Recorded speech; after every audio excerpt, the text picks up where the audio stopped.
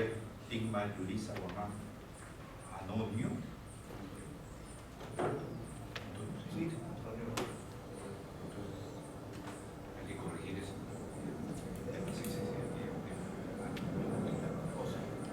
Se va a corregir, que presenta la tesis titulada La transformación en los relatos andinos cuando, para optar el grado de magíster en lengua y literatura. Tiene 30 minutos su exposición. Buenos días, señores miembros del jurado. Paso a exponer mi tesis titulada La transformación en los relatos orales andinos de Huánuco. La narrativa oral, particularmente la andina, nos provee de un gran número de relatos que comparten un elemento común y recurrente en sus tramas, la transformación o metamorfosis, es decir, el cambio físico o de toda su naturaleza que experimentan los seres vivientes como consecuencia de disposiciones divinas o procedimientos mágicos que tienen por finalidad primordial conservar y regular el equilibrio cósmico o, en algunos casos, atender la voluntad particular de sus operadores. Al menos esas son las dos razones que ocasionan las transformaciones de los actantes en los relatos de nuestro corpus. Es necesario advertir que el hombre andino concibe su mundo como un espacio interconectado en una red de relaciones recíprocas y complementarias, donde él, en su función de chacana, debe garantizar y conservar la convivencia armónica entre todos sus miembros, a través del desempeño de las normas sociales y las prácticas ceremoniales con el entorno social, ecológico y sobrenatural. De acuerdo con ello, un comportamiento negligente o infractor que perturbe este sistema relacional exige un inmediato castigo, el cual se efectúa en la modalidad de la transformación, es decir, ser convertido en cualquier elemento de Pacha. Puede ser animal, planta, laguna, roca, fenómeno meteorológico, etc. Y tiene como destinadores a las entidades divinas, o es consecuencia de la justicia cósmica. Cabe resaltar que la transformación no excluye al imputado de su participación en la red de relaciones. Al contrario, este adquiere responsabilidades en concordancia con su nueva condición y posicionamiento en Pacha. Es decir, su transformación no lo aísla, más bien lo reintegra a Pacha, cumpliendo quizá la función que no cumplía en su estado anterior. Pero la transformación también suele ser operada para satisfacer propósitos personales, antes que el bien común, provocados por decisiones pasionales. Así pues, es usual encontrar a deidades iracundas, transformando a sus oponentes para vengarse de afrentas, o de sus derrotas en competencias y apuestas, o metamorfoseándose a sí mismo para seducir a las mujeres jóvenes. Esta misma intención tienen los animales conocidos como enamorados. Toman apariencia de varones atractivos a fin de engañarlas y lograr encuentros sexuales con ellas. Para las personas dedicadas a la brujería, la transformación de sí mismas, de otras personas, de animales o de objetos es una práctica derivada de sus poderes mágicos, que les facilite ejercer con eficacia actividades perniciosas, las que como oficio les resulta lucrativo. La mayoría de las veces, el fenómeno de la transformación ha sido considerado de manera parcial, como parte del análisis de otros aspectos al examinarse los relatos donde se aparecen, o mediante aproximaciones en las investigaciones de orden antropológico y etnográfico. Entre los estudios destacan los realizados por Pierre Dubiols, quien, tras indagar en las crónicas del siglo XVI y del XVII sobre el significado simbólico de Huanca, plantea el término litomorfosis o litomorfosis para explicar la transformación de un antepasado notable del Ainu en un monolito llamado Huanca, el cual era estimado por los andinos de la misma manera que la persona a quien representaba y a quien se le atribuía la función de mediador entre el presente y el pasado, entre el mundo superior y el mundo inferior. También la huanca era considerada como fertilizador de los campos de cultivo, por eso se le decía el chakrayó, ¿no? O marcayó, porque cuidaba al aire, ¿no? Por eso eso está ubicado a la entrada del pueblo. Otro estudioso que también aborda de manera en forma de aproximación, ¿no?, que se aproxima a la transformación, es José Yáñez. Refiriéndose a las huacas como representaciones pétreas en el manuscrito de Huarochirí, afirma que la petrificación es un proceso de transición ontológica que va del existir a la forma de estar. Es decir, la huaca, durante su existencia viviente, ha reunido una serie de acciones antes de alcanzar el estado de piedra, el cual no significa la muerte y el final ni la desaparición, sino la perdurabilidad y continuidad de su existencia, constituyéndose muchas veces como modelos de vida e importantes referentes de culto. Desde un punto más próximo a la narrativa, ¿no?, tenemos el estudio realizado por Celia Rubina, también basándose en pequeños relatos, o ella llama microrelatos, del manuscrito de Huarochirí. A través del análisis semiótico, la autora considera que la petrificación es el paso de la actorialización a la espacialización, es decir, que un determinado actante o actantes, en este caso una huaca como deidad, con un rol definido a nivel sintáctico y semántico, tras su conversión crea un nuevo espacio con una carga significativa en dos niveles: el narrativo, que implica la creación del espacio en el que se llevará a cabo nuevos programas narrativos, y el semántico, la constitución de un espacio sagrado donde la piedra, resultado de la petrificación, es valorado como objeto de culto.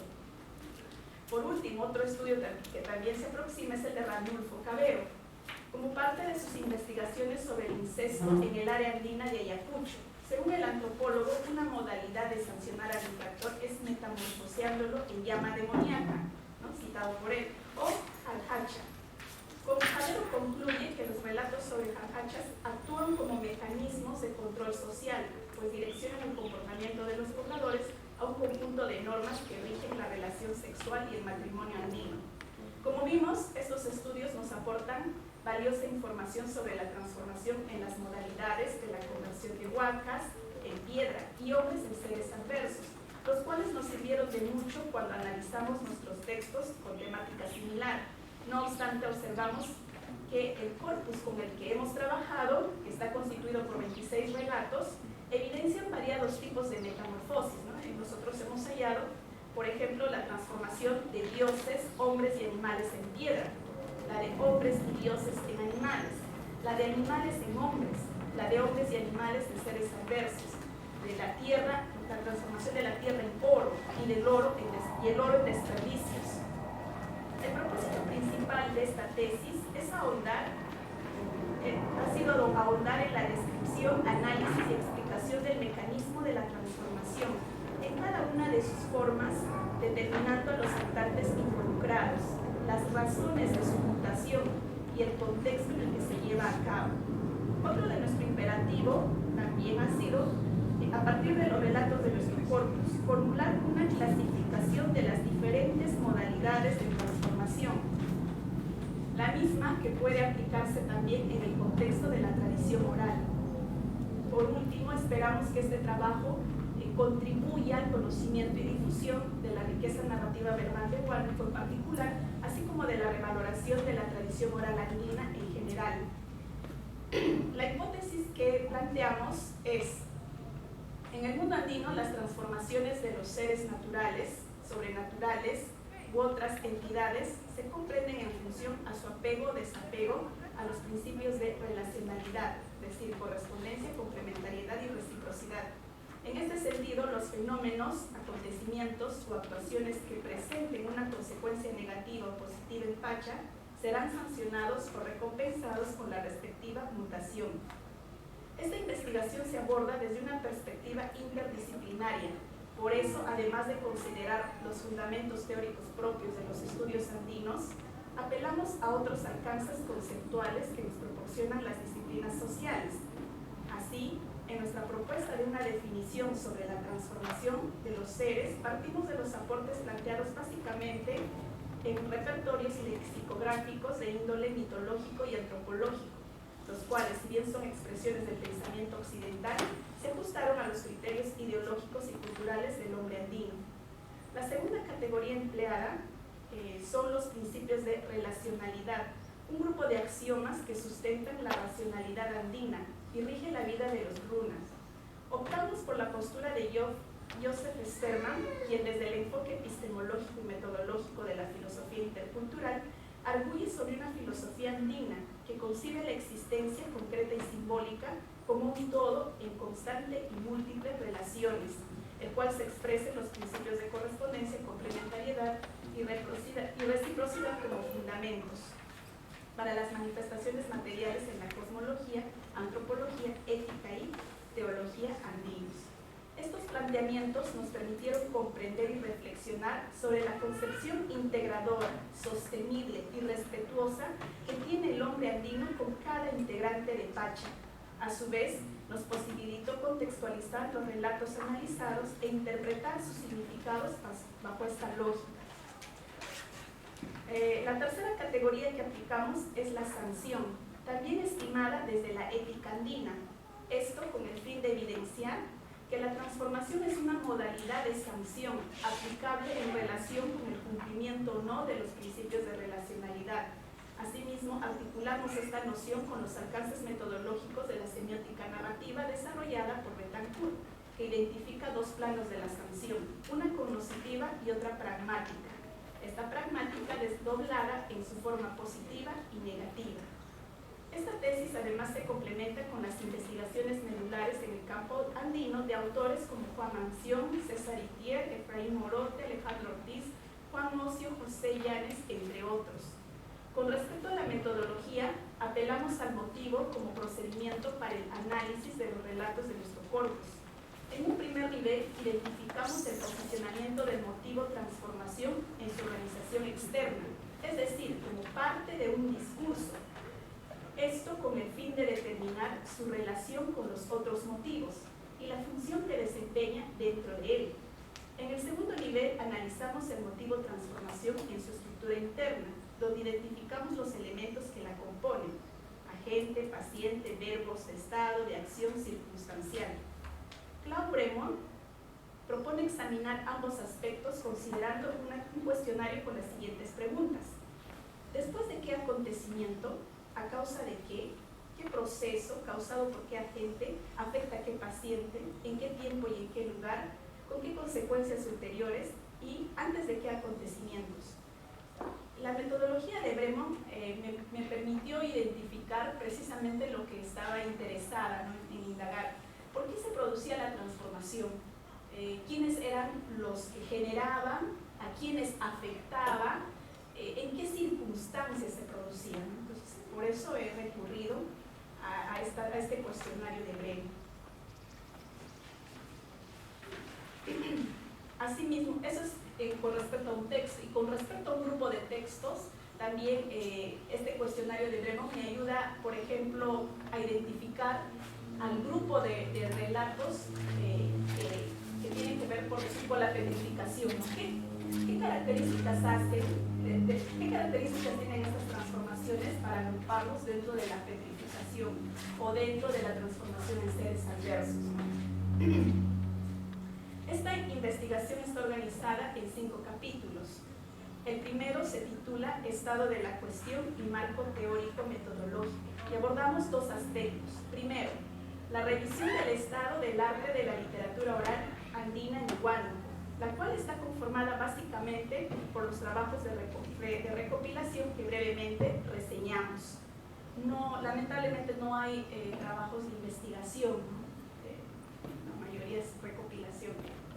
El segundo subcapítulo es el desarrollo de los presupuestos teóricos sobre la transformación, donde examinamos las aproximaciones conceptuales que sobre ellas se han formulado desde el campo mítico literario.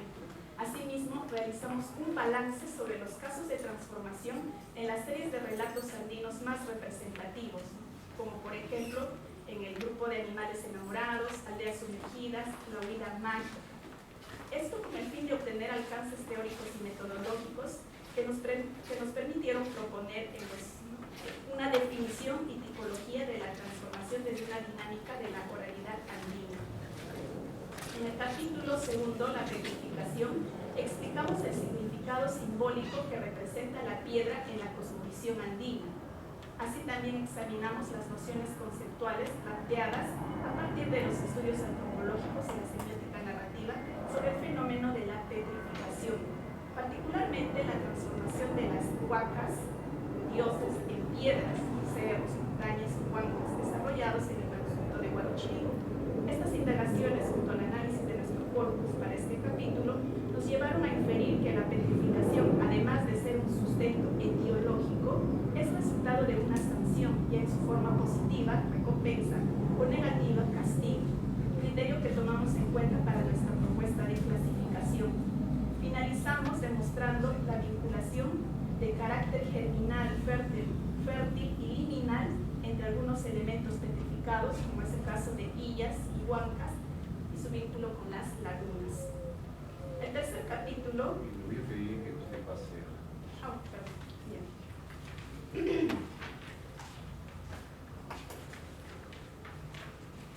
Llegamos a las siguientes conclusiones. Primero, en el contexto de la tradición oral andina, la transformación es un procedimiento mediante el cual la naturaleza de los seres naturales, sobrenaturales y objetos es modificada completa o parcialmente, solo de aspecto, pero no de conciencia, en otra diferente. Tal cambio se deriva del poder de una divinidad, de la magia efectuada por algunos hombres, en este caso brujos, o del plan seductor de los animales enamorados, y por lo general su aplicación está orientada a la regulación del equilibrio cósmico. El estado final de los seres o entes mutados varía entre permanecer de manera definitiva bajo la nueva forma que adquirieron o retomar su aspecto inicial. 2. A pesar de la naturaleza sincrética de los relatos, predominan las nociones del pensamiento andino, sobre todo las de carácter ético. Es por eso que la transformación se configura esencialmente como un mecanismo para sancionar de manera positiva o negativa el comportamiento ali o mana ali de los personajes en conformidad con los principios de relacionalidad y la idea cristiana de pecado. 3. La transformación es un motivo narrativo recurrente en las literaturas de tradición oral y adquiere características locales según el contexto cultural y social donde se manifiesta. Dicha asiduidad supone la proyección de las inquietudes y necesidad de la colectividad que las actualiza en cada relato. El motivo de la transformación, cuyo corpus proviene de las zonas andinas de Huánuco, es analizado a través del modelo propuesto por Bremer en dos niveles. El nivel interno nos esclarece sobre elementos que la componen, cantantes, acción y circunstancias, y el segundo nivel, que es externo, permite establecer relaciones con otros motivos y determinar su función en la totalidad del texto. 4. Hombres, divinidades humanizadas y animales pueden ser petrificados. La transformación en piedra representa para el convertido la perdurabilidad de su existencia bajo un nuevo estatus ontológico, ligado casi siempre con la sacralidad.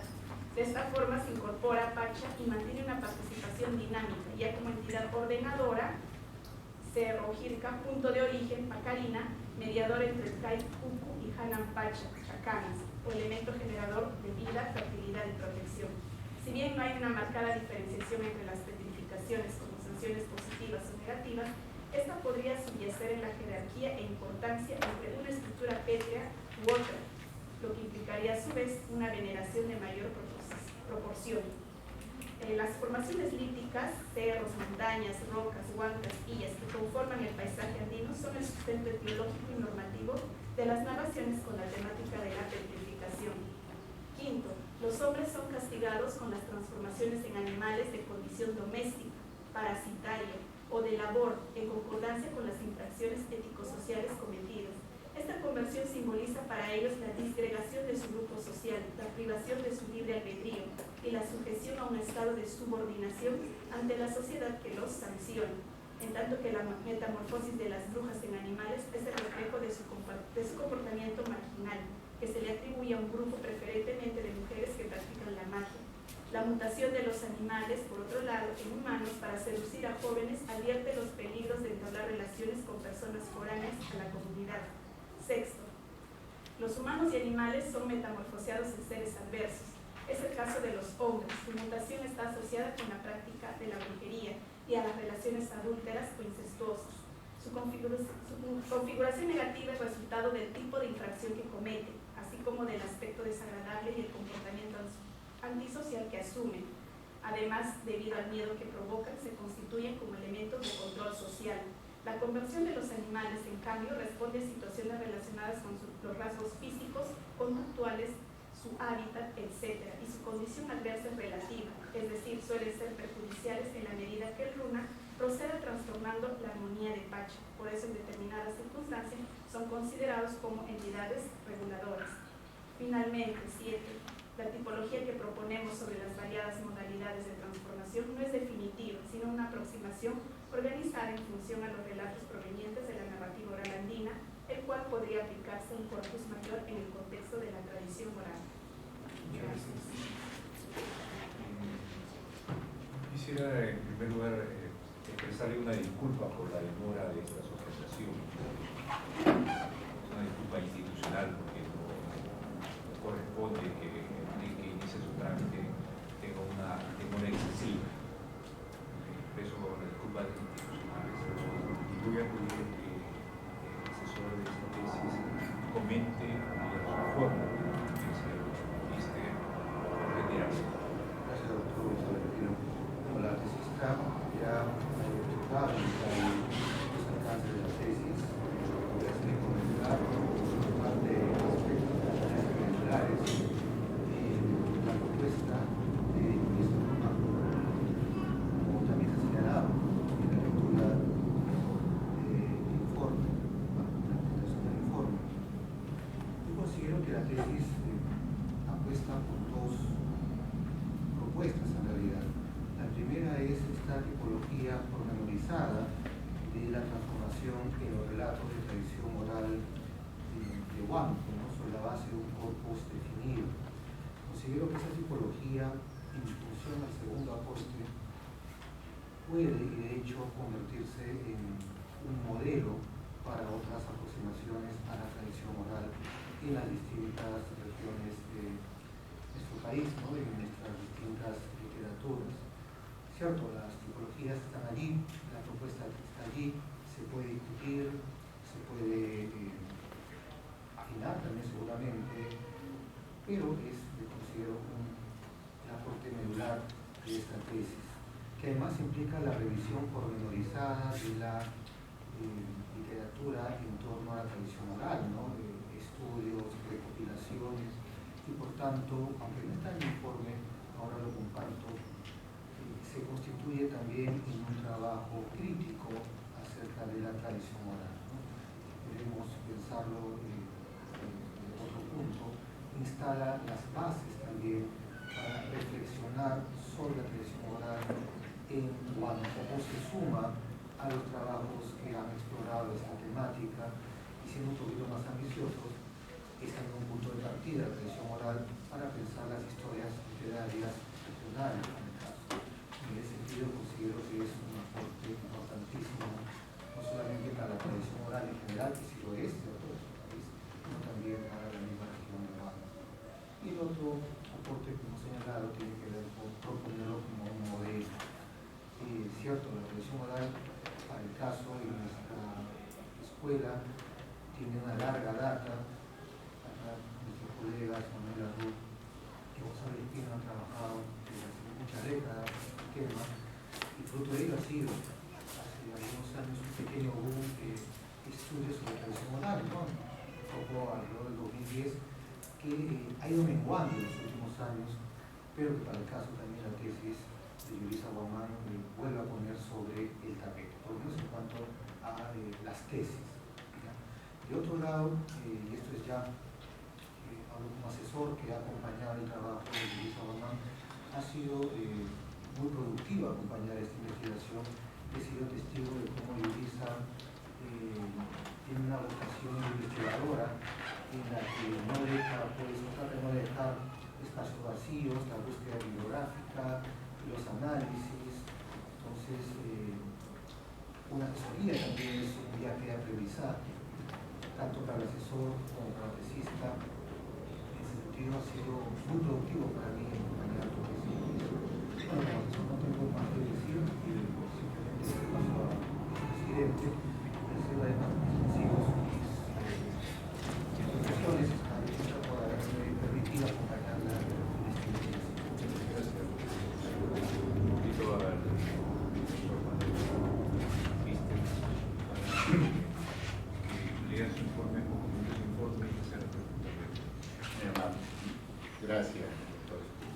Voy a leer en principio el informe y luego obviamente haré algunos comentarios y preguntas.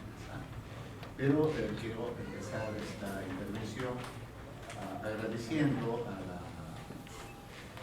próxima magíster Yulisa Guamán por el gesto de haber dicho algunas palabras sobre mis enseñanzas, su asistencia al seminario.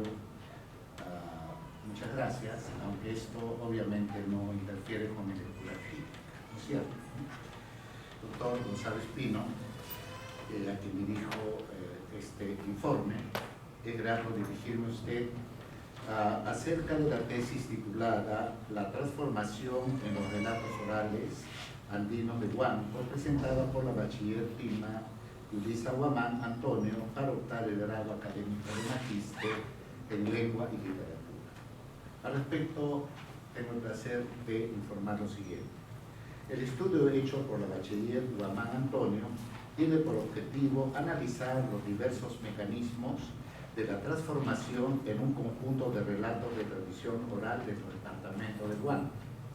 Su hipótesis propone que la metamorfosis que sufren diversas entidades del mundo andino, sean estos de la naturaleza, del ámbito social o sagrado, responden a los principios de correspondencia, complementariedad y reciprocidad que se unimisman en la noción general de relacionalidad.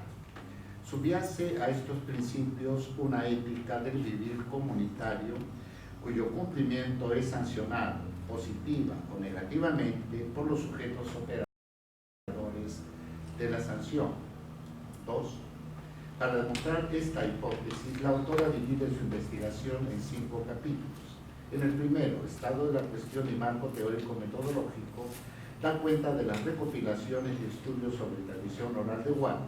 Asimismo, define de manera operativa la noción de transformación y las variantes que adopta según el tipo de acción de los personajes de los relatos que desarrolla.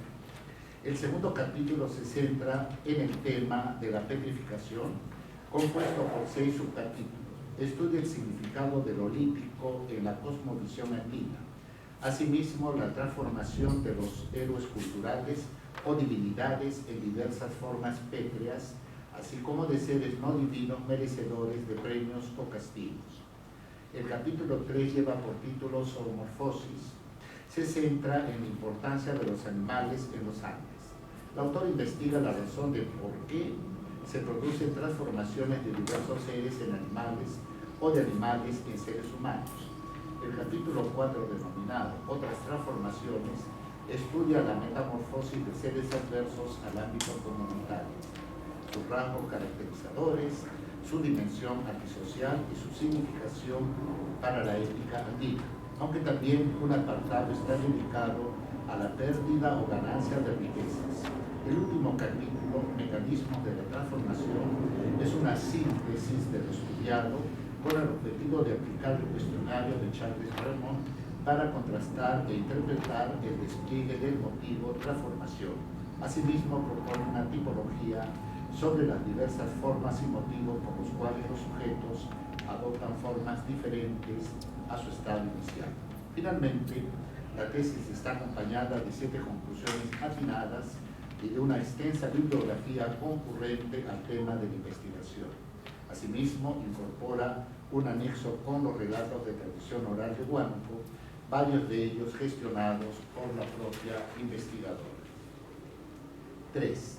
En consideración a los diversos aportes de este estudio, haré algunas precisiones y comentarios a cada uno de los capítulos.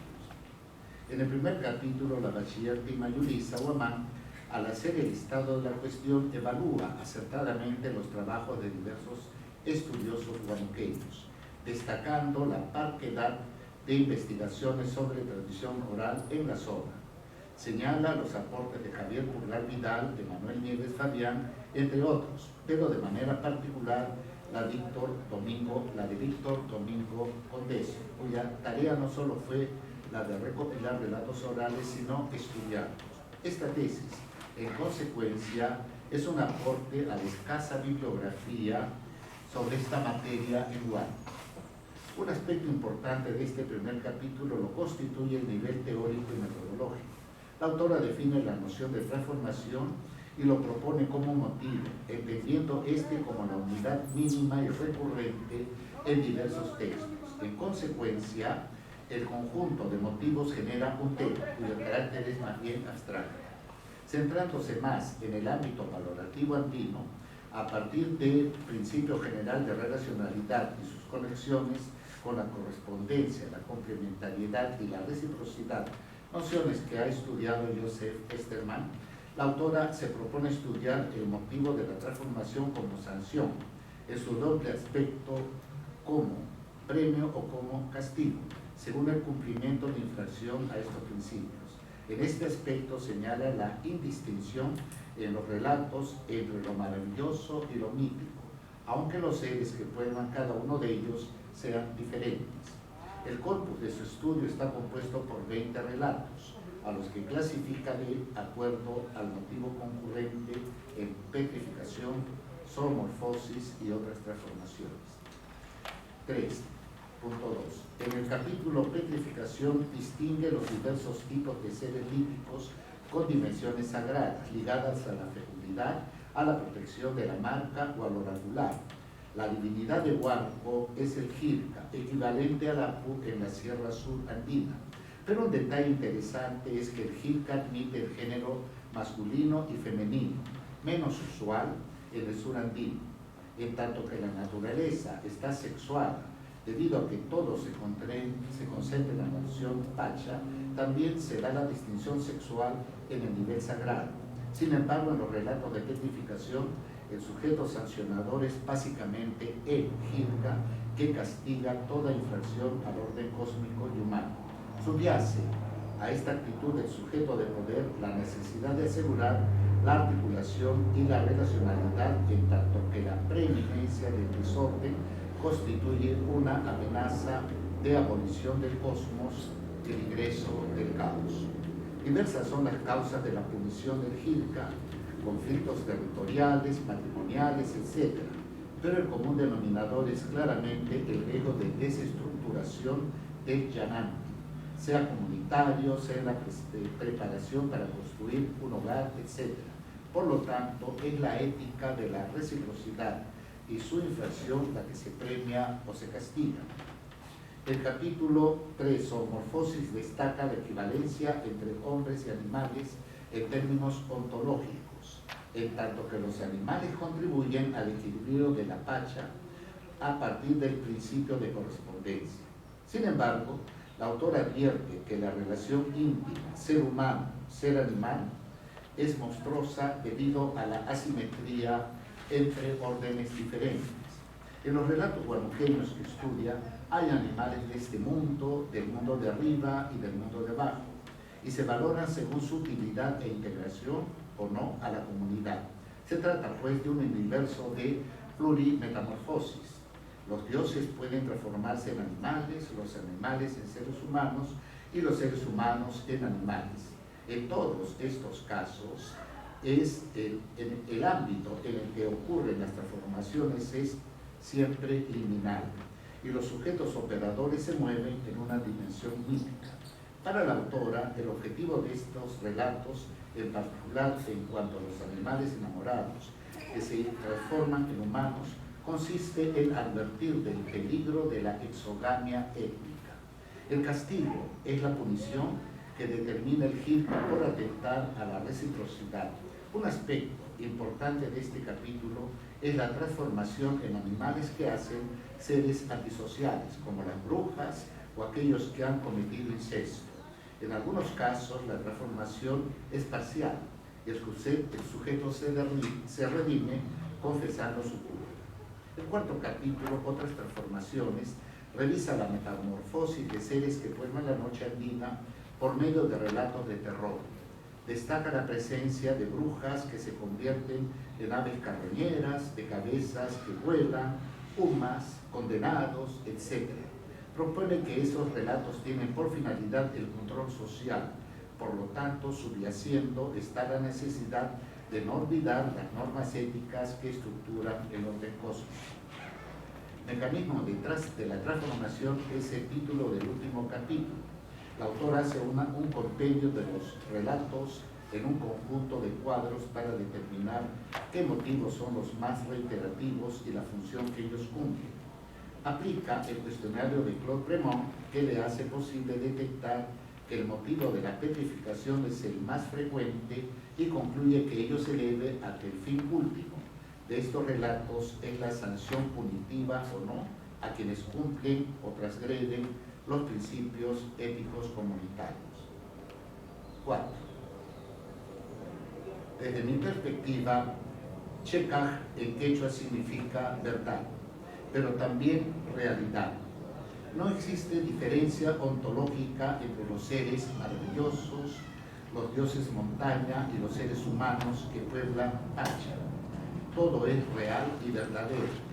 El cosmos andino es un cuerpo viviente, un yananti, una totalidad estructurada según los principios de complementariedad, saya y simetría suyo. El Chaupi, el centro, es lugar liminal, umbral y conector de los diversos estratos del mundo y de la realidad. Esta tesis tiene el gran mérito de demostrar esta concepción cosmológica del sistema cognitivo andino, apelando, es cierto, a la teoría de la relacionalidad expuesta desde una filosofía forestal. La autora, a partir de una terminología analítica muy operativa, la noción motivo y sus variables, ha demostrado cómo los relatos orales, en este caso de Huánuco, portan una funcionalidad: asegurar la estructuración coherente del orden cósmico o social en el que se mueve todo ser viviente, advirtiendo o evitando así el ingreso de la anomalía. Hay también otro aporte que debo destacar. Son muy escasos los estudios literarios sobre la tradición oral en ámbitos específicos y localizados, como en este caso Huánuco. Esta tesis, en consecuencia, y aquí comparto mi perspectiva con el asesor de la tesis, es una sólida contribución al estudio de la memoria oral y su tradición en Huánuco y varias de sus provincias. Se hierve entonces como un modelo de estudio para los futuros investigadores de esta región del mundo andino. No obstante, lo dicho hasta acá, sugiero que la autora evalúe la pertinencia del capítulo 5, ya que se muestra más como una tesis, como una síntesis de su investigación y no como el desarrollo de un acápite significativo en la estructura general de su trabajo, en tanto que, añadiré, un capítulo constituye una parte integrante de un corpus, digamos, científico mayor, mientras que aquí yo lo que veo es más bien una suerte de síntesis. En tal sentido, propongo que esta parte pueda incorporarse en los capítulos previos y también como parte de las conclusiones. Por lo expuesto, señor director, considero que la tesis en mención tiene todos los méritos para ser sustentada y aprobada. A partir de esta lectura, quisiera hacer algunas preguntas más en concreto. En principio noto algunos descuidos, no seré solo complaciente, sino haré algunas preguntas, algunos descuidos en la redacción de la tesis, pequeños pero son. Por ejemplo, en la página 7 dice justica y no justicia. Sé que es un lapsus calamis, pero hay que corregir. Por ejemplo, en la página 139 pone una cita, creo que lo tengo aquí señalada, pero no pone el autor y por lo tanto no sabemos. 139 dice página 180, pero no se sabe de qué obra. Pequeños descuidos, pero que hay que corregir. Otro descuido que advierto es que en el sumario, diría, o índice, pone en el capítulo 3 zoomorfosis, pero en la página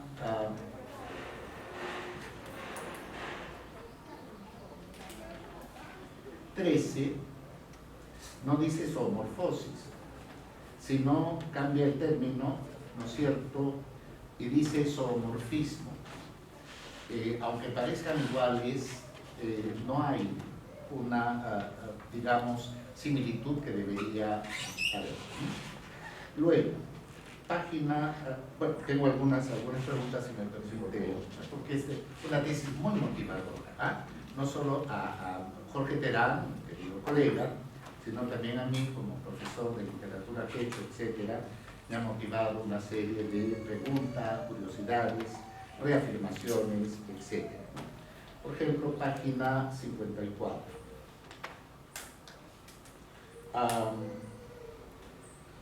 Cuando habla de el motivo, ¿no es cierto?, del matrimonio y su transgresión, y cuando habla de los conflictos territoriales, ¿serían dos motivos o ambos podrían asumirse en uno solo? En tanto que los motivos matrimoniales o los conflictos matrimoniales constituyen un problema tanto como los de la propiedad, ¿no es cierto?, acerca de territorios. Pienso que esto podría unificarse en un solo motivo, que sería el de la transgresión, claramente. Luego, en la página página 86. En la página 86 habla del segundo párrafo. Finalmente, todo este poder vital y fértil que las piedras prodigan, según Flores Ochoa, proviene del Enja, un principio generador. Pero varias líneas más arriba, de allí la importancia y la necesidad de realizar cada cierto tiempo la respectiva ceremonia con el fin de renovar el Enja, que lo contrario, los ilias perderían su potencial. Me pregunto, ¿cuál es la diferencia entre un Enja y una ilia? ¿Cómo es que son diferentes o puede haber alguna semejanza entre dos objetos que están claramente hierofanizados, ¿no es cierto? El Enja, que de ahí viene Incaichu, desde luego, como ilia, objeto tocado por el rayo, ¿no es cierto?, que también está hierofanizado. Otro aspecto que me motiva una curiosidad, esta vez algo más fuerte, es en la página 123. No me queda claro cuando en el primer párrafo al final dice: en la narración hay alusiones a tal sacralidad, el desempeño del cóndor está limitado a un medio de transporte y su concurrencia en la trama quizás se deba por ser una especie endogámica en la región. En todo caso, el cóndor vendría a ser el referente que sintetiza los esfuerzos de aculturación llevados a cabo por la Iglesia. Creo que sería polémica esta afirmación, en tanto que, por lo menos en otros ámbitos, el cóndor es o mensajero del Jirca o es el Jirca mismo. ¿Cómo es que entonces el cóndor estaría sintetizando los esfuerzos aculturadores llevadas por la Iglesia, en este caso católica? Es una duda que me genera esta afirmación. Página 129.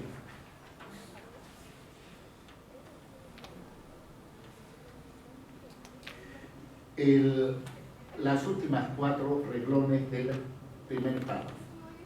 Dice: al igual que los animales, el Jirca también simboliza al forastero, que en realidad puede ser un habitante de la puna porque ofrece ganados o citadino enamorado. La idea de forastero quizás es muy fuerte para tildar al Jirca, que justamente es un chauti, y por lo tanto, ¿cómo puede ser alguien externo a un yananti si el Jirca es el articulador y sancionador de una ética. ¿De qué manera es forastero? Otra, página 133. Esto es más bien una curiosidad, porque podría ser, una cosa es en la zona de mi mayor competencia, digamos, que es la Sierra Sur, respecto de Huánuco. Aquí en la página 123 hay una equivalencia entre agua y muchacha. Pero normalmente el agua tiene una significación femenina, que aparece, por ejemplo, en el Yarja Aspi o la limpia sequía o la champería, como se llama en Lima, de la Sierra Lima, pero aquí más bien usted lo clasifica en el ámbito de lo masculino. ¿Cómo es eso de que el agua es más bien masculino, ¿no es cierto? ¿Acaso en este relato los roles se han invertido y por eso? ¿O cuál es el sustento de esta propuesta? Bueno, finalmente un último comentario. ¿No es acaso un tema fronterizo con la Amazonía? Así es, porque ahí hay diferencia. Sí, por claro. favor, claramente para moneda porque es parte de esta. Sí.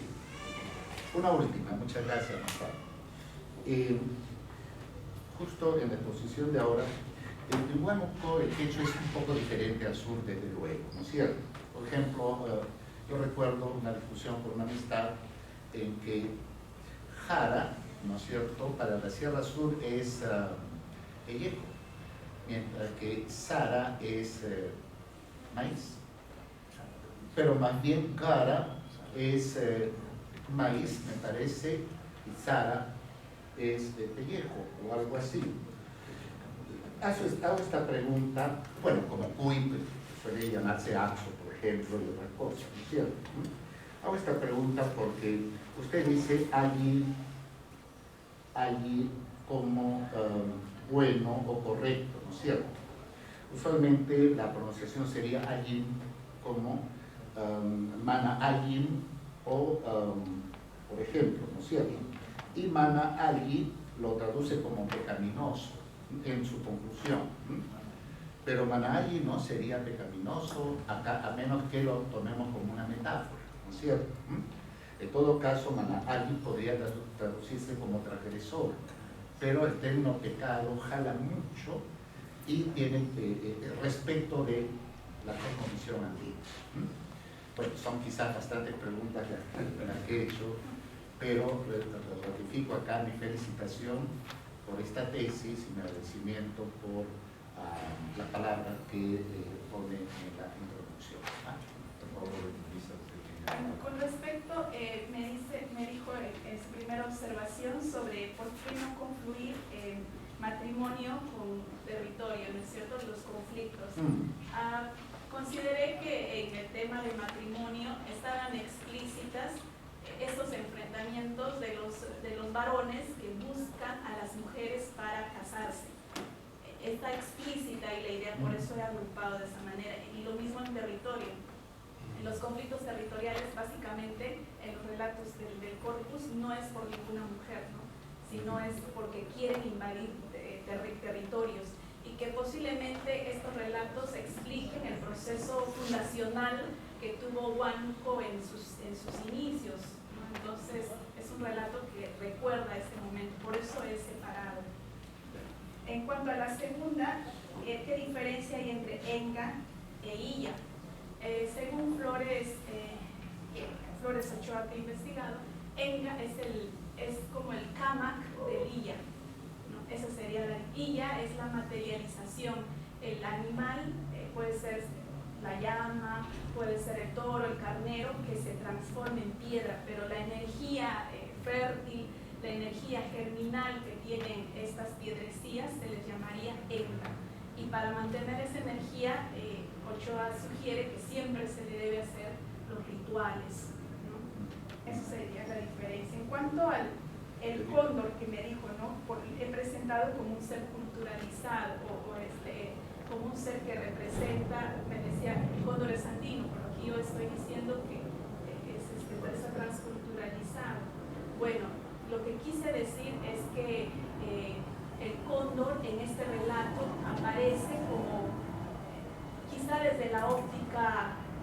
exista como un ser malvado. Sabemos que Cóndor es un ser divino, incluso en el mundo andino, pero lo que quisieron cuando la bruja se transformaba en Cóndor no era pues para hacer el bien, sino para hacer el mal. Entonces, yo lo que quise decir es que en este relato, los que difundieron este relato, quisieron demostrar que darle una carga negativa al Cóndor. Por eso la bruja se transformaba en Cóndor. De esta manera el Cóndor cumplía el rol inquisidor de la iglesia, ¿no? de desechar o de trastocar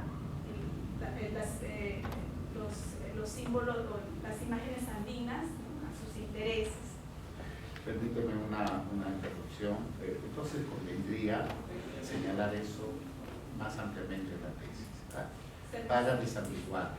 Estoy recordando una danza que es de la zona de Santiago de Chuco, el Quispe Cóndor, por ejemplo, ¿no es cierto?, que es representado como el sujeto más bien que da miedo, que genera algún tipo de reacción, ¿no es cierto?, en contra. Y en efecto, sí, pues hay una operación en que la iglesia asume elementos sagrados andinos y los elimina su significación y le mete nuevos significados, ¿no es cierto? Y lo presenta ante el hombre andino como, ¿no es cierto? Esto lo ha trabajado Martín Lienhardt también, ¿no? La asociación de etnoliteratura. Sí. Con respecto al jirca que simboliza el forastero, quizá ahí el término forastero no debió haber empleado, ¿no? Porque da la idea que viene de la ciudad quizás, ¿no? Lo que ahí el jirca quiere representar, en Huánuco hay mucho la idea del mishti, lo que nosotros decimos misti, ¿no? Entonces hay ese temor por el mishti. El mishti es el foráneo que viene de la ciudad y que trata de asumir modelos andinos, del hombre andino. Entonces, en Huánuco muchas veces el jirca tiene esa imagen. Hay que cuidarse un poco del mishti, porque puede ser que venga a distorsionar el orden de la comunidad. Entonces, en algunas ocasiones el jirca toma esa forma para seducir a la joven. Entonces, si el jirca se ha vestido con botas, con sombrero, da la idea de mishti. Entonces, hay que cuidarse de él, pero lo que en el fondo estos relatos quieren decir es no cuidarte del jirca, sino cuidarte del forastero, ¿no? Entonces, por ahí es lo que... Sí, recomendaría en este caso, porque también en el sur el Apu puede aparecer como un caballero, ¿no es cierto?, con caballo negro, con espuelas doradas, barba rubia, inclusive, porque claro, hay una suerte de equivalencia entre el sujeto de poder occidental, que sería el gamonal, el hacendado, etcétera, y también el Apu, ¿no? O sea, habría esta asociación que encuentro. Por eso la noción de forastero es el problema. Creo que es lo que habría que eliminar o variar, ¿no? Con respecto al agua, que es masculino, efectivamente, ¿no? Los relatos, hacer una organización de mi corpus, la selección de mi corpus no ha sido fácil, porque en Huánuco hay mucha influencia masónica en los relatos, hay bastante. Huánuco es una ciudad ande y selva, y sus relatos por momentos están bastante confluidos, ¿no? Lo amazónico y lo andino. Ahora, yo consideré al agua como masculino, refiriéndome al agua que corre, ¿no? Al agua que está ahí en constante movimiento, porque leía Greslo y decía que el agua estancada es femenino, ¿no? Pero el agua en movimiento es masculino. Entonces, lo que se le aparece a la muchacha en su fogata, porque ella necesitaba agua, es un riachuelo, un agua que está en movimiento, así yo entendí. Y esta agua pues traía el varón, el gusano. Y por eso hice una conexión dándole el lado masculino. Recomendación, lo digo porque me causa mucha curiosidad. Yo estoy investigando en la zona de Camino a Cajatán, ¿no? Y en efecto he recopilado un rito en el que una persona pastora de allí, existente actualmente, fue arrastrada por el agua, ¿no? Y ha tenido que hacer un pagacu hasta con oveja no con cubicito, que le ha costado inclusive 1.000 soles, y trayendo a los chamanes y demás, a los pajos, para poder liberarse del agua que le estaba dando enfermedad, ¿no? Pero no el agua nutricia, sino este agua torrentosa que estaba bajando. De tal suerte que el agua se estaba llevando a una muchacha. Ahí tenemos una dimensión masculina que se está proponiendo, ¿no es cierto? Pero en efecto, eso creo que una nota a pie de página ayudaría a dar una recomendación. Ahora, con respecto al Manali que me dice, ¿no? En efecto, Manali es lo que no está bien, lo que no es correcto, pero quizá debe ser más específica y no, también desde la perspectiva catolicista o ya sincretizada, Manali se entiende como pecado, pero en realidad, claro, no es pecado en sí, sino en términos, en la categoría exclusivamente andina, es lo que no está Las bien. iglesias protestantes serían Manali, por ejemplo, Pero es usual, profesor, en el quechua de allá el Manali. para decir Allí. Allí, en allí, Claro, igual que sí, sí. Ilan, ¿no? Y en los textos sureños que he leído de los investigadores es Illa, pero allá es Ila, Ilator, los Ilas, ¿no? Sí, Entonces, como Jirka y no... claro, allá de la divinidad es Jirka. Incluso la serpiente también puede ser la reencarnación del Jirka. Y coincidiendo con esto, en este trabajo que estoy haciendo, en efecto hay Jirkas femeninas y son muy celosas, ¿no es cierto? Y atacan, si el Jirka masculino está detrás de una pastora, pues puede haber peligro, ¿no? Entonces hay una... lo que Godelier señala, ¿no? Maurice Godelier, que hay una, digamos, extrapolación de las relaciones conectadas con el mundo cotidiano hacia el mundo sagrado. No se establecen esos roles que también en la vida cotidiana se dan, ¿no es cierto? En el mundo andino sureño hay también apus femeninos, pero son muy inusuales, ¿no es cierto? Eso es más bien la Pachamama en sus diferentes manifestaciones, Pachatierra, Pachaniusta, Pachavirgen, etc., lo femenino, ¿verdad? Entonces, sí, allí podría, también creo que sí, ¿no? Manali, los detallitos finales, ¿no? Y una recomendación final es sobre este capítulo quinto, que no lo siento como lector crítico, como capítulo, sino como una síntesis de todo el trabajo.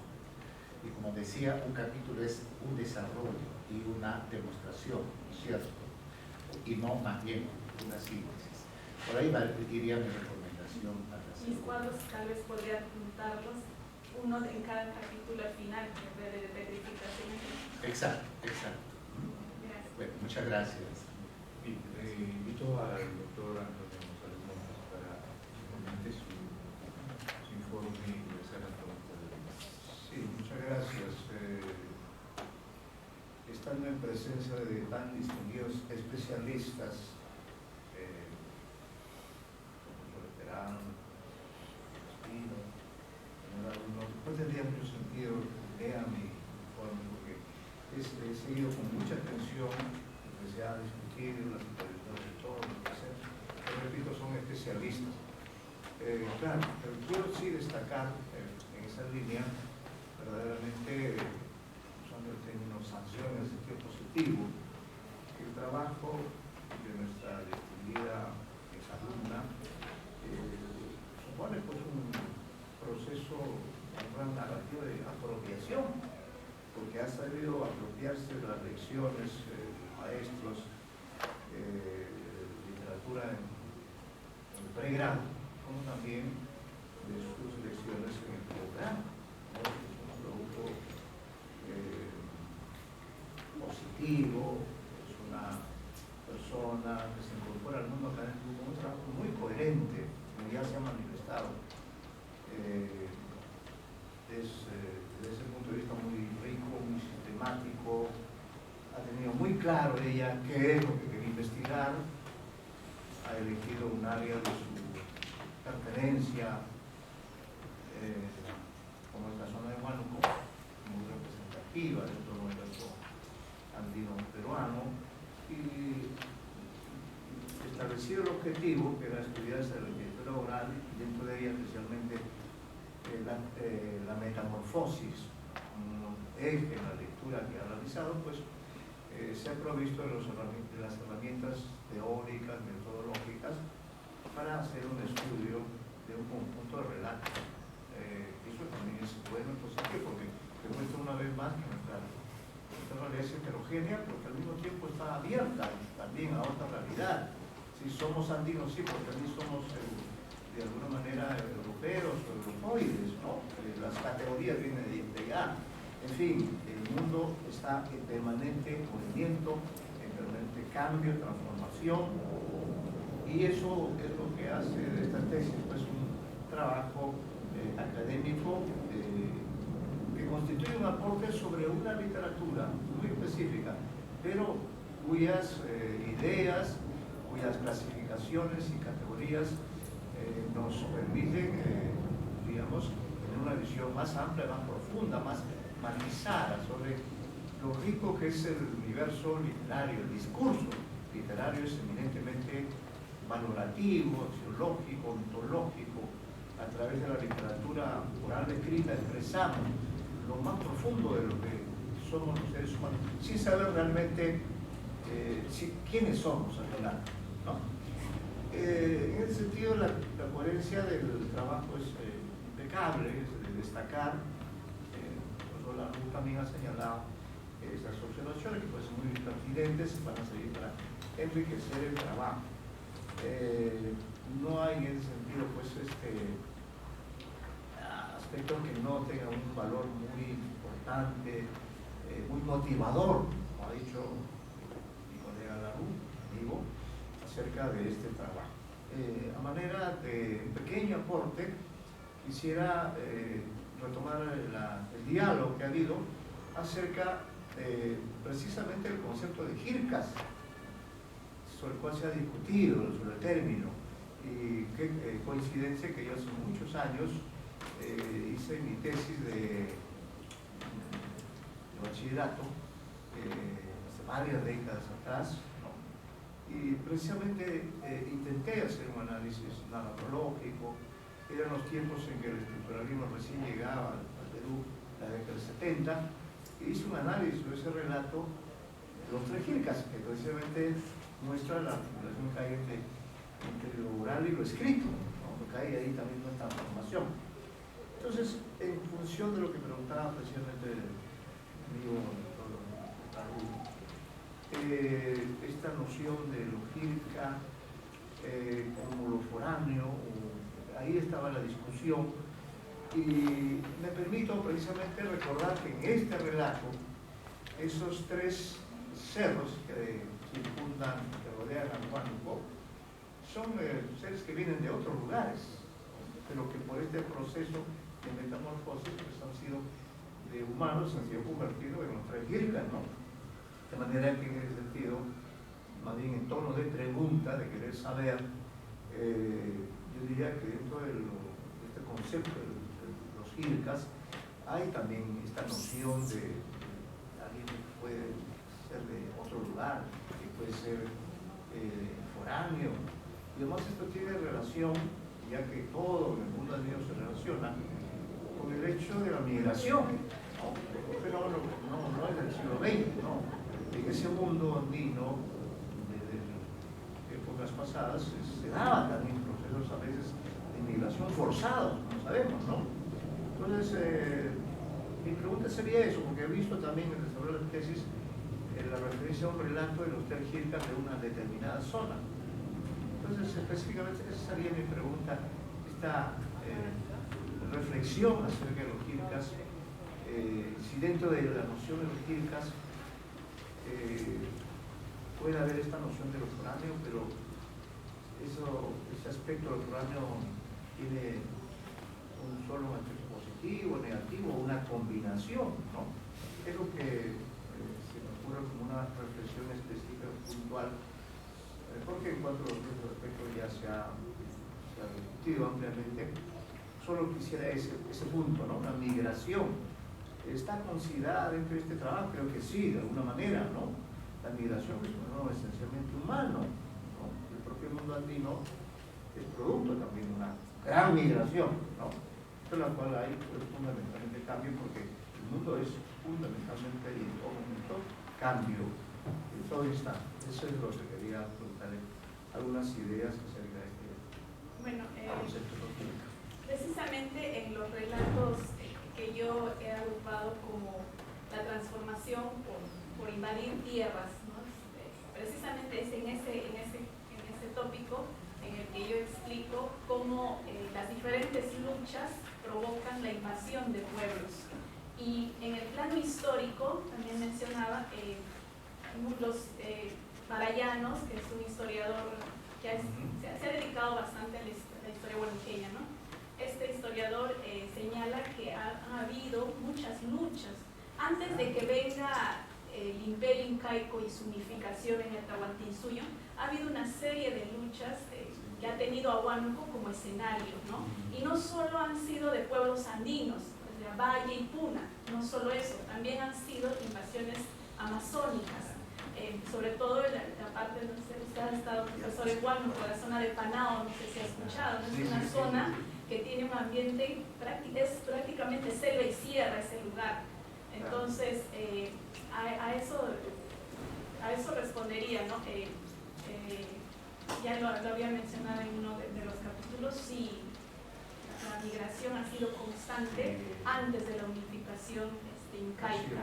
Si me permite una pequeña interrupción, justamente con el doctor Espino, hemos estado en muchas oportunidades, y una conversación ahí un momento con algunos amigos del lugar de Huánuco, hubo un momento en que uno de ellos expresó como que Huánuco no era sierra, ¿no? Sí, no sé si en todo caso, creo que Huánuco con sus características especiales tiene mucha relación, es parte de la sierra, también con la selva, como usted señala, ¿no? Entonces, creo que eso que usted indica, las luchas han sido permanentes, son permanentes. Hoy mismo, 2020, también estamos enfrascados en una lucha de todo tipo, ¿no? Con esta me refiero especialmente a la lucha electoral que ha habido en estos últimos días y ha mostrado pues todo este proceso, ¿no? Bueno, un comentario adicional, porque el estudio acude a una antigüedad, pero el mundo es cíclico, estamos en constante retorno a los orígenes. Ahí para agregar, doctor, leí hace unos meses sobre los límites territoriales de Huánuco y por ahí los estadistas, los geógrafos decían que el 60% del territorio huánuqueño es amazónico, no es andino como nosotros creemos que es al contrario, que hay más sierra que selva, pero no, Huánuco es más amazónico que andino territorialmente, ¿no? Y ahora Debe ser la emoción. Le iba a decir, precisamente las transformaciones en cerros, lo usual de estos jircas o héroes que se transforman, de estos guerreros que se transforman en cerros, que vienen desde afuera, suele ser un castigo porque iban a distorsionar la armonía del pueblo que pretendían invadir. Entonces, ¿dónde se nota una sanción? ¿Por qué su transformación sería un castigo? Porque quizá al momento de ser en la veneración, en el respeto, la veneración sería más por miedo que por devoción. En cambio, si es alguien del Ayllus que se ha transformado en cerro, hay una veneración que además se atribuye en su linaje, ¿no? Este cerro se convierte en pacarina de determinados Ayllus. Muchas gracias. Una acotación, si me permite, por favor. Yo recomendaría la lectura, no lo veo en la bibliografía, de un trabajo interesante de John Eratz, que se interesa justamente por los sujetos de poder dentro de la mitología quechua. Porque lo interesante de este trabajo que aparece allí en la recopilación de Juan Ocio Pastor, Ideología Mesiánica del Mundo Andino, John Eratz establece equivalencias entre los sujetos del poder andino y los sujetos del poder occidental, y cómo es que esas equivalencias permiten intercambios entre ellos, ¿no es cierto? En el nivel bajo está el Luma, que equivale, digamos, a un poblador cotidiano, pero en el nivel más alto está el presidente de la República, que está auxiliado por un conjunto de, digamos, chamanes, ¿no es cierto? Pero hay un equivalente entre el Inca y el presidente, y así sucesivamente, ¿no? Entonces, por ahí podría explicarse un poco más esta suerte de que el Jirca puede aparecer como sujeto diferente, ¿no es cierto?, extraño, comillas, forastero, ¿verdad? Pero que en el fondo lo que está ocurriendo es un proceso de transformación metonímica, es decir, que él está adoptando figuras que en el fondo son insignias que lo representan también. Permítanme una experiencia. En algún momento, justo en Junín, veo una danza en San Pedro de Cajas, zona muy famosa por tejedores, en que las, digamos, señoritas, ¿no es cierto?, bailan trenzando un par. Esto viene en realidad de Santiago de Compostela, demostrando su pericia al trenzar, pero me sorprendió que utilizaran lentes armado charada, sombrillas y tacones, cuando me pareció que esto debía ser más andino, hasta que me di cuenta que en realidad ellas estaban representando una alta jerarquía dentro de su comunidad y por lo tanto era intercambiable esos aspectos de jerarquía con una señorita de Lima, digamos. Es decir, se está incorporando elementos de prestigio urbano, limeño, dentro del mundo andino, sin destruir la naturaleza del sujeto andino, sino incorporando aspectos equivalentes a la jerarquía que estarían asumiendo. Es posible que esto ocurra con el Jirca, pero discrepo. Bueno, Huanco tiene muchos lugares. Por ejemplo, ahí floreció una cultura extraordinaria y preincaica como los Yarohuilca. Los Yaros están en Huanco, colindando, es verdad, con el Marañón y más con Ancash. Allá están los rascacielos, como se dice del mundo andino prehispánico, que es Tantamayo, ¿no es cierto? De modo que es un lugar sumamente plural, ¿verdad? Y donde lo amazónico está, ¿cómo no? Basta atravesar este Calch, me parece, y al otro lado de pronto se abre la selva maravillosa, pero si uno va hacia el Marañón, ahí se come tocos y rico, y etcétera, ¿no es cierto? O sea, estamos ante un lugar sumamente plural, ¿verdad? Ello no anula la influencia de amazónica, pero sin olvidar que también hay una dimensión andina, profundamente andina, hasta monolingüe en algunos casos, ¿no es cierto? Yo porque no me está es muy motivadora. No, lo que pasa es que tesis como estas sí permiten una discusión. Miren, creo que nosotros estamos de acuerdo en que esta es una tesis que presenta una sólida contribución. Sin embargo, hay algunas cosas que sí me parece que hay que discutirlas. Ya se ha adelantado, yo me voy a analizar alguna de ellas nomás.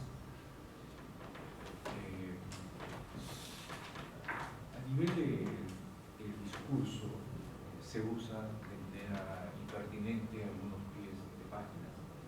El estilo de las tesis ahora no son tesis para contribución o para dejarlas a notas. Los textos, se postula un artículo y pone notas de pie de página, con seguridad va a ser rechazada porque lo que se quiere actualmente es que ese texto. Entonces, le voy a poner solamente dos casos en los que usted incurre en este detalle y que deberían ser parte del corpus. En la página 34 hace la cita 8 y explica a usted cuál es la propuesta de Segre. Y en las páginas 36 vuelve sobre las categorías que que son centro de realidad de la tesis. Estas no podían ser notas a pie de página, ¿sí? está en la tesis, o sea, es parte del cuerpo, parte del debate, entonces no la podemos hacer. Y aquellas notas que se vuelven innecesarias, en realidad hay que retirarlas.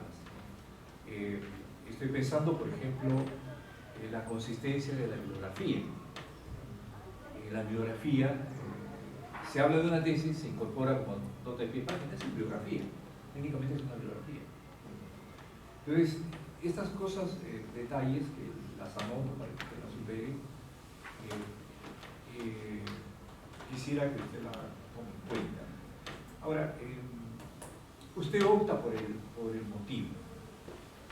Sin embargo, en la tradición y debate y en la propia en letras, hay otro potente, estamos hablando de Arne, Thompson, y tenemos las funciones del MIPRO. Entonces, en términos críticos, como que ahí falta algo, ¿no? Y cuando usted vuelve sobre el concepto mito, nos olvidamos de Levi-Strauss. Usted puede decir que funcionalista, estructuralista, todo lo que quiera, pero el concepto clave, a partir del año 56 para adelante, viene de ahí, para el efecto del mito. Entonces plantearía que en este caso hubiera una breve revisión, no es que quiero que se transforme una tesis, hubiera una breve revisión. Así como coincido con Manuel Arrum, en que ese capítulo 5 es un capítulo que tiene que integrarse a los anteriores. Porque algo así como que se nota el cansancio de los taxistas también, ¿no? Que suele ocurrir, pero su tesis va a ser leída. Entonces no podemos darnos el lujo. Y usted es samarquina. Y San Marcos ocupa el primer lugar. Su investigación tiene que estar respaldada por eso. Pero no dejemos así en el aire. Otro asunto que está vinculado a propósito del tema del cóndor, Luis Flores Prado tiene un texto sobre la danza de Luis Cóndor. Y hay una autora que usted tendría que chequearlo en relación a la forma como se utilizan los relatos. La guerra, la batalla o la guerra de los relatos, de los cuentos, en trabajos iniciales de la joven Rosalind Howard cuando lo era, ¿no? En realidad es igual que nosotros, una autoridad, ¿no es cierto? Pero en esta época ella trabaja, la chica precisamente. ¿Qué comienza a hacer? ¿Por qué? ¿Quién es el achique en el pueblo? Y el cuento se reinventa desde la tradición, pero se incorpora al sujeto de poder local, que podría ayudarla también a una relectura. Entonces, sugiero eso. ¿Qué más decir? El tema de la clasificación resulta atractiva, pero no contundente. ¿Por qué? ¿Por qué no resulta contundente? Porque se necesitaría trabajar con un corpus mayor. Entonces yo le invito al doctorado para que su tesis de doctora sea exactamente sobre esto. Es una profundización, una ampliación que le permitiría un corpus mayor y usted podría efectivamente tener la contundencia y dejarnos de callados. Esa sería la idea. Y estoy pensando, por ejemplo, si los humanos se transforman o no se transforman. Por ejemplo, en la narrativa oral, en castellano, por cierto, con influencia, Cuyi y quechua, hay las exigencias del diablo. Entonces, en una ocasión el diablo se aparece ante un personaje y que en adelante se llamará el cochino. El cochino es un personaje que voluntariamente acepta no lavarse, deja secarse la barba hasta que venza al diablo. Es otro tipo de transformación. Entonces, por eso es que estoy sugiriendo que su trabajo para una mayor contundencia tendría que ampliarse un poco más en la tesis doctoral, como debiera ser también. nosotros asistimos casi siempre a las tesis que pueden tener ya esta condición de doctoral y perdemos ahí convivencia a nivel de doctorado. Entonces, eso básicamente en mi intervención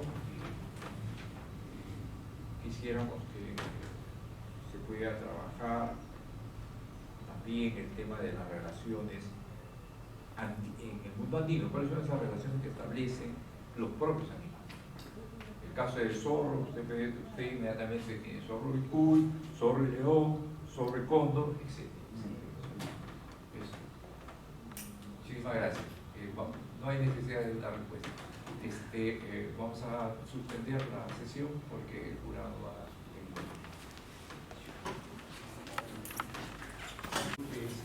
Sí, ya me puedo ¿Tienen el archivo? Ah, bueno, ¿Tienen el archivo? ya. Pero con esto procedemos.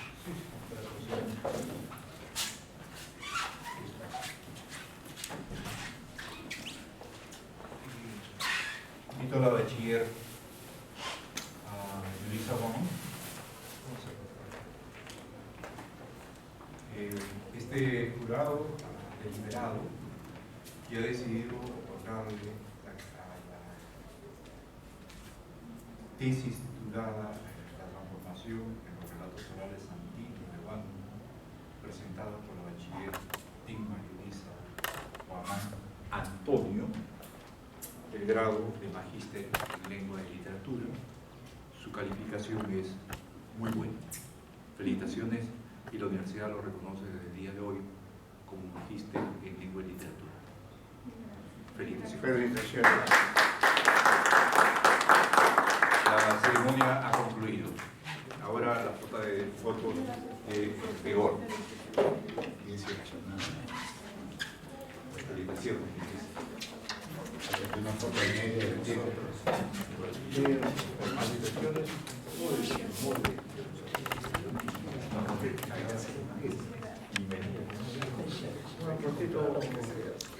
Amigos, colegas, Sí, la fotografía oficial. va a salir en el Facebook. Él hizo la barataria. Bien, Esta es la al centro y luego la foto con proceso. Aquí está. Aquí está la foto también, por favor. Muchas gracias. Ahora con el asesor. Ya, Solo. Y así sucesivamente. En la exclusividad. Sí, también. Qué hora. Gracias. Muchas gracias. La ceremonia concluyó.